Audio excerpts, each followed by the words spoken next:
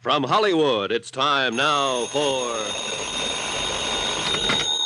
Johnny Dollar. This is Morton Scottman, Mr. Dollar, at Eastern Liability and Trust. Oh, yes, sir. Got your message. I was just about to call you back, Mr. Scottman. Would it be possible for you to drop in and see me today? I think so. Say in an hour. That would be excellent. What's it about, Mr. Scottman? David Perling. Perling. I understand he was killed in a boating accident a couple of days ago. Read something about it in the papers. To borrow a phrase, Mr. Dollar, that report was somewhat exaggerated. Mr. Perling is still very much alive.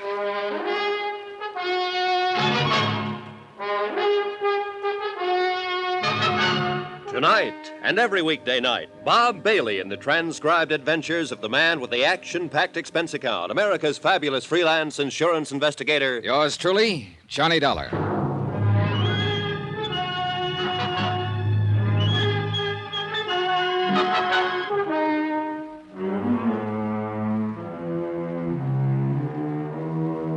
Expense account submitted by Special Investigator Johnny Dollar to the Eastern Liability and Trust Company, Hartford, Connecticut. The following is an accounting of expenditures during my investigation of the Perling matter. Mr. Scottman, you're a pretty good guy, and I'll say this right at the top, since you were the one who called me in. You're reading about the Perling matter in your newspaper right now, but they haven't got the story right. None of them will ever have it quite right. Just remember that as you go through your newspaper in this report, Mr. Scottman. You looked pretty worried when I met you that afternoon about 5 o'clock, and you led me into the top-drawer offices of Eastern Liability and Trust. I tagged you as a meticulous sort of man who knew when his laundry was coming back. I wasn't a bit surprised to learn that you were vice president and chairman of the board. Why don't you sit down there, Mr. Dollar? It's the best chair in the place. Thanks. Cigar? Cigarette? No, I have these, thanks. Lighter right there to your right. Thanks. Yes, Mr. Scottman? You can run along for tonight, Evelyn. No more to do. Thank you, sir. Good night. Good night, Evelyn. I understand you've handled several matters for our company, Mr. Dollar. Yes, sir. I was just going over it in my mind. I believe the last one was the San Antonio case. Yes, Mark San Antonio. Yes. You handled that very well, Mr. Dollar. I want you to know I appreciate your reputation in the field. Nice of you to mention it. I'm curious, Mr. Scottman. I rarely work directly with an insurance company. Usually I'm hired by the adjusting agency. And let's say this is a little idea on my own. Only one person knows about it so far. You will be the second. Board of directors might not exactly prove what I'm about to propose, but I feel some action should be taken. I have some good whiskey in that cabinet. No, thanks. Not now. Yes. Well, this case involves David Perling, who, despite what the newspapers reported yesterday, is still very much alive. You say you saw the item in the papers? Yes, something about him being killed in a boating accident in Florida, I think. The story was erroneous. It'll be retracted. Oh? Fact of the matter is, Mr. Perling was already on his way back to New York, safe and sound when that report came out. The boat that he'd been fishing from did have a boiler explosion, but no one was killed. Yeah, these things sometimes happen, I guess. Oh, sure they do. However, it was printed all over the country. As you know, David Perling is highly regarded in financial circles. And that is the reason I asked you to come in and talk to me. Did you see the stock exchange figures yesterday? Well, I don't pay too much attention to them, Mr. Scottman. I do. We do, as an insurance company. That report of Perling's death affected several commodities listed on the New York Exchange.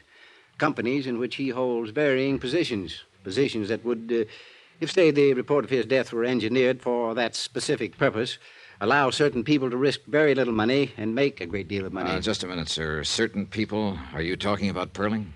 I don't know who I'm talking about, really. I'd like you to find that out. Find out, among other things, if the situation has been taken advantage of in any way. This isn't exactly in my line, Mr. Scottman. I think it is, Mr. Dollar.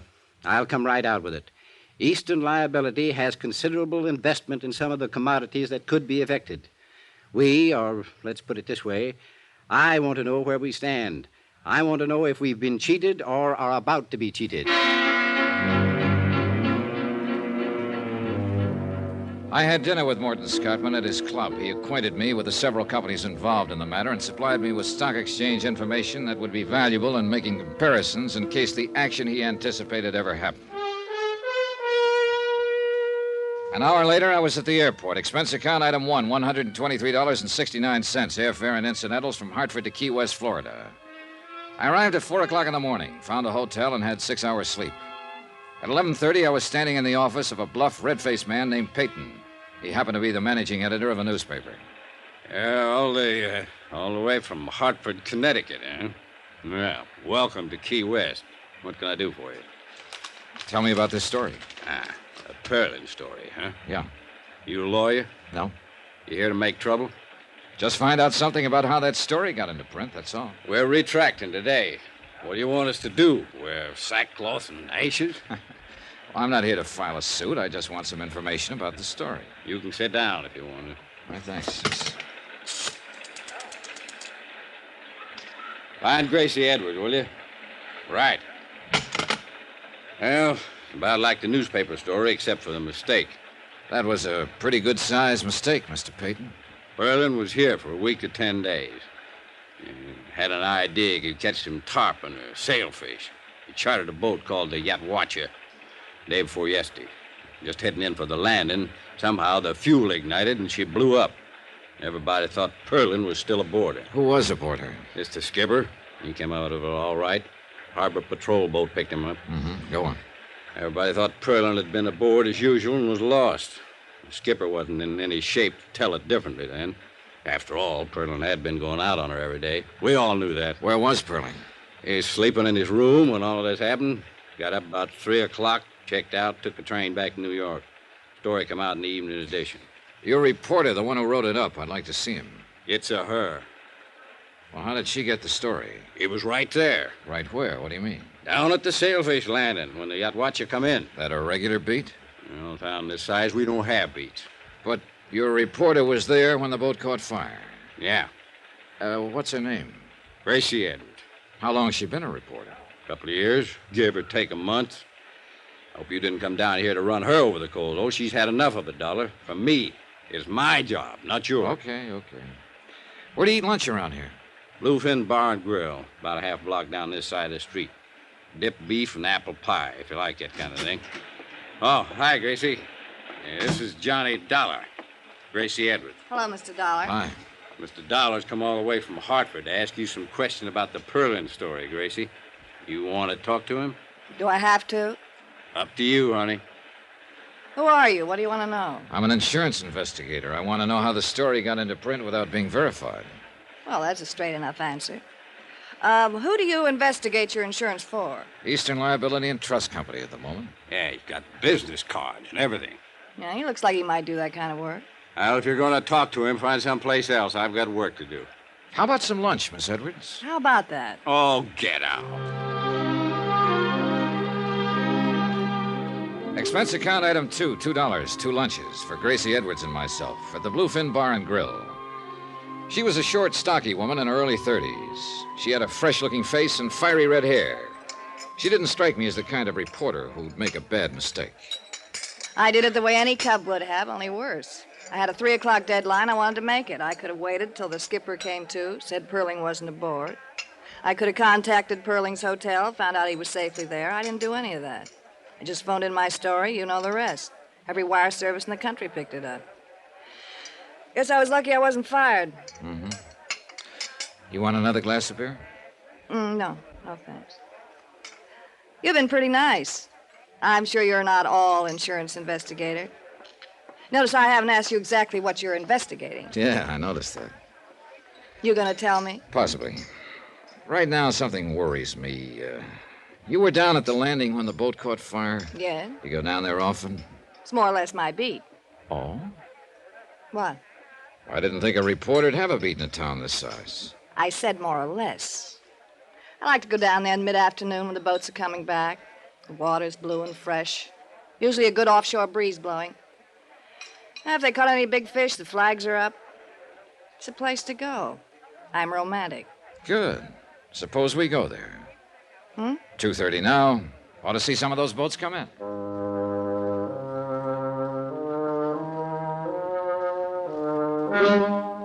Expense account item 3, $1, 1 cab, transporting myself and Gracie Edwards, reporter, to Sailfish Landing, or as near as we could get. The last 500 yards, we had to walk on the planking between the slips. Now, tell me, where was the Yatwacha when she blew up? Over there. About there. Where were you? Right here. I was sitting right there. Looking out to sea? Uh-huh. How long had you been here? Oh, an hour or so. That was day before yesterday? Yeah. She blew up there. You phoned in your story before 3 o'clock? Yeah, right before 3. Where's the yacht watcher now?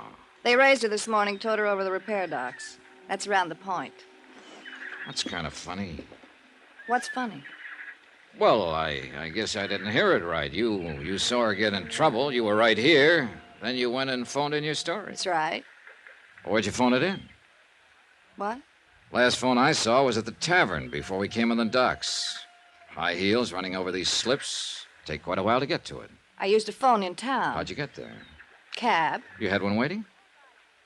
Look, suppose I did. Suppose you didn't, Miss Edwards. Suppose you weren't even here. If you were, where's the sunburn? Every redhead on Earth burns up in an hour when the sun's like this, unless you're an exception. I don't think I like this. I don't like it much myself. But I have to find out something. I'd like to find out from you. I hope I can. If I can't, I'll have to find out from someone else. Maybe the man who owned the boat, the man who ran it, someone around here. I'm going. Wait a minute. I'm not just throwing words around. The boat was probably insured, and it'll probably have a claim on it, and I'll probably know the adjuster who was sent to work the claim. I'll talk to him and tell him what I'm thinking. I'll find out about this one way or another, Miss Edwards. But I think you can help me. Now, you're a good reporter. You would have waited to see if Perling was aboard. You would have checked his hotel. You would have, in spite of a 3 o'clock deadline, you would have made sure he was or wasn't aboard that boat. All right, Miss Edwards. Did somebody pay you to file that story?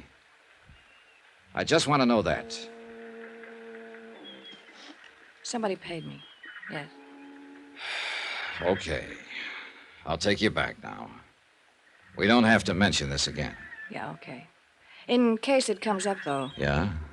Mr. Perling paid me. Paid me to print the story he was dead.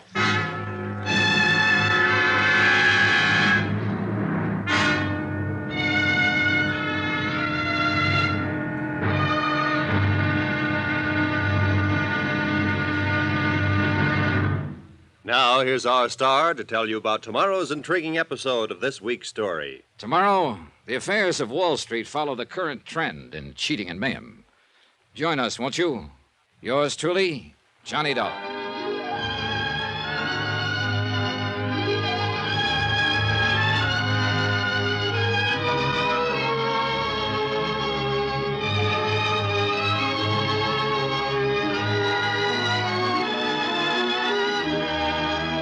Yours truly, Johnny Dollar, starring Bob Bailey, is transcribed in Hollywood. Written by John Dawson, it is produced and directed by Jack Johnstone.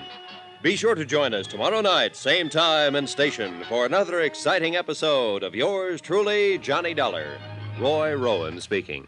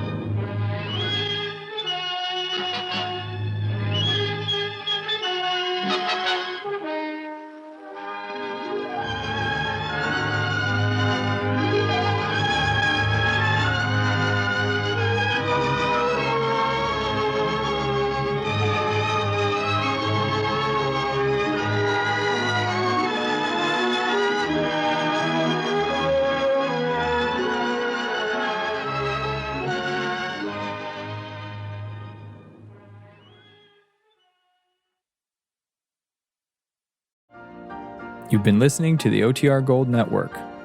Find more classic radio at otrgold.com.